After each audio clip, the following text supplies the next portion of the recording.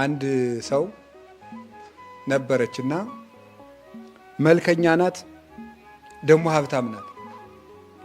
እና መልከኛ ሰው መጥቶ ለማግባት ሲጠይቃት ሀብት የለህም ትለዋለች። ሀብት ያለው ሰው መጥቶ ሲጠይቃት መልክ የለህም ትለዋለች። መልክም ሀብትም የያዘ ሰው ሲመጣ ደግሞ ዘመዶችህ ዘርህ ጥሩ አይደለም ትለዋለች። ሶስቱንም ያሟላ ሲመጣ ደግሞ ከቤተ መንግስት አልተወለድክም ትለዋለች። እንዲህ ያለች ስትበጠብጥ ኖረች። መጨረሻ ላይ ምን ቢሆን ጥሩ ነው መሰላችሁ? የስንት መኳንንት ልጆች ሲለምኗት እምቢ ብላ ማን ቢያገባት ጥሩ ነው? የሆነ ወራዳ ጠንቋይ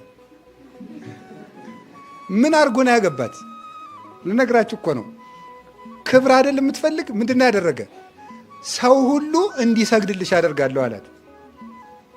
እሺ አጋንንቱን ምን አደረጋቸው? እኔ ሰውን ለጥንቆላ ተሰበስበው እናንተ ደግሞ በአየሩ ላይ በምታት አርጤምስ ነው የምትባል ስሟ፣ ለአርጤምስ ያልሰገደ ይጠፋል የሚል ድምፅ አሰሙና እግዚአብሔር አዘዘን ብሎ ሰው እንዲሰግዳል። ሰውን ሰበሰበና በዚህ በሰማይ ሆነው ለአርጤምስ ያልሰገደ ወዮለት የሚል ድምፅ ተሰማ። ሰው ደግሞ ይች ማምላክ ብትሆን ነው ብሎ ሰገደለት። ሰው ጅል አይደል? ከዚህ በኋላ ስግደቷን ቀምሳ የአንድ ጠንቋይ ሚስቱን አቀረች። ደግሞ እሷ የወለደችው ዜውስ የሚባል የእሷ ልጅ ደግሞ ጣዖት ሆኖ መከራችን እነ ቅዱስ ጳውሎስን ሲያሰቃይ የነበረ ሲያስገድል የነበረ ይሄ ልጅ ነው። መመካት ሰማችሁ? እንደው አብዛኞቻችሁ እዚህ ያገባችሁ ትሆናላችሁ፣ ያለገባም ይኖራል። እንደው ለማግባትም ብዙ አትመጻደቁ ልበላችሁ ብዬ ነው። ገብቷችኋል? አትመጻደቁ። እንደዚህ ያለው እንደው ለእናንተ መላክ የምታገቡ ነው የምትመስሉ አንዳንዶቻችሁ። ይሄን ያሟላ ይሄን ያሟላ ይሄን ያሟላ ገነት ውስጥ የምትኖሩ መሰላችሁ?